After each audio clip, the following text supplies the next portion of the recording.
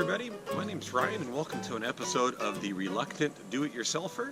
What I'm here today to talk to you guys about is something that'll hopefully make your spring and summer this year more enjoyable.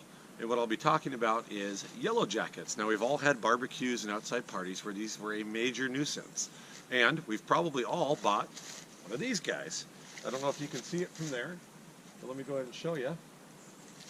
It's a Yellowjacket trap. Now, this one was from a company called Rescue. They're very inexpensive, and they come with a small amount of attractant that you put inside. And I'll show you that in a second. As you can see from all the dead Yellowjackets in this one, this is from last year, it works very well. But where people go wrong, I'm going to tell you, is that this is how it usually goes down. You buy this trap in preparation of a party or an outside barbecue, and you hang it up in a tree, just like you follow all the directions, and sure as heck, it starts capturing all the Yellowjackets. You think it's working great. Well, it is, but the average Yellowjacket colony has between 4,000 and 5,000 Yellowjackets in them. And so there's no way you're going to be able to stop all the male worker drones from coming out and ruining your party. It is going to capture a lot of them, but the trick I'm going to teach you is that you're putting it out too late. So you should be putting that trap out very late winter or early spring. And I'll tell you why, because the only Yellowjackets that survive over the winter is the queens. They'll hibernate in wood piles. You've probably come across them, logs, stumps, man-made structures. Sometimes you'll think it's a big one, and you'll think it's dead. You're going to get rid of it or whatever, and it'll start moving slow because they're very lethargic in the winter with the cold. And when they come out of hibernation at the end of winter, they are very hungry, and they're going to go looking for food. They're getting ready to start a colony, a nest. And so if you put this out then with the attractant, there's a very good chance it's going to find your trap. And if you can capture the queens in an area, that's great, because they are territorial. Wasps don't want to move into an area where there's already a wasp nest. They're too busy. They got a lot of stuff to do, and fighting with each other is not one of them. So I went wrong last year. I'll tell you why, is that I did put this out knowing this, and I captured 4 or 5 queens, and for almost the entire summer I didn't have one Yellowjacket out here in my backyard. And then one day I noticed there was a bunch of them, and I thought, well, somehow one's moved in, and I hadn't been putting the attractant in throughout the summer. I thought I got them all, I'm good. But at some point a queen moved into the area since there was none. And what I started capturing, that nest that you see, or I'm sorry, the trap that you see that's full there, is the results of me not doing that. Because instead of capturing only 4 or 5 large Yellowjackets, I then started capturing hundreds of these male workers. And it turned out, because I had laid off the attractant, that the queen, for whatever reason, had moved into a nest down here, and right underneath the trap in the grass here, and I got the crap stung out of me. That's another story. So I'm going to teach you guys how to do this the right way. So we're out here. It's actually a little later than I would have liked to have. It's about mid-March. Should have maybe started doing this about a month ago. But we'll go ahead and do this anyways.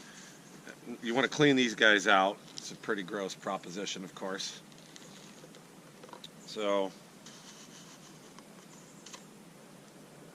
and I'll show you where you put the attractant, which actually is, whoop, never mind.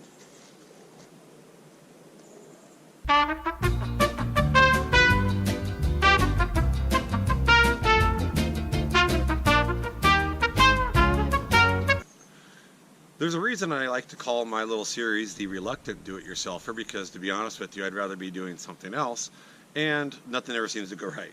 So, but that's the real world for all of us, right? You know, I could edit this out and make it look like a flawless video, but this is what just happened to me when I was trying to show you how to change the Yellowjacket attractant in the trap.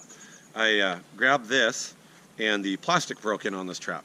Now, that's because I did something I shouldn't have. I left it out all summer and winter. The summer's fine, but I should have put it inside my shed during the winter when I'm not using it, because the plastic does get brittle with weather. So I won't be using this trap because, as you can imagine, it's not going to trap any Yellowjackets with a giant gaping hole in the side of it.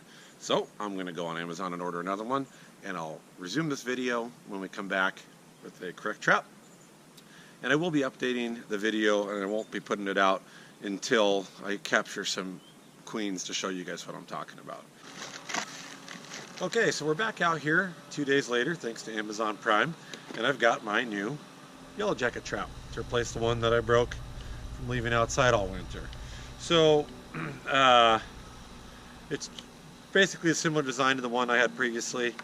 I was kind of laughing that, you know, if you look at this here, it says the no killing agents, insects die naturally, and if by die naturally you mean trapped in a hot plastic cage dying of starvation and dehydration, then it's natural. So I really don't have a lot of sympathy for yellow jackets. They're kind of a, I know that they're necessary evil. I'd rather they go be a necessary evil at somebody else's house. So, that being said, we're going to go ahead and take our trap here. Typically, I just use these plastic zip ties to do it. You can use string, anything like that. On my last one, I just put one through here and then looped the second one over, or through it I should say, and then hung it from the tree behind me here. So, we're just going to do that again.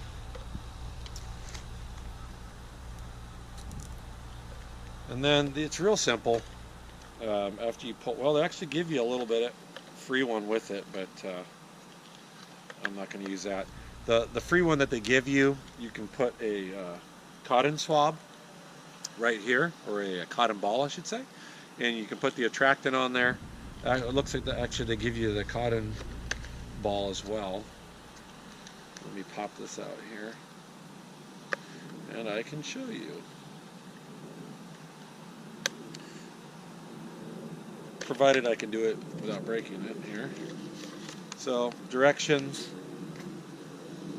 and what they give you is a cotton ball and some of the attractant that you squeeze on the cotton ball there. I'm going to save that for later. What I actually prefer to do is put this back together here.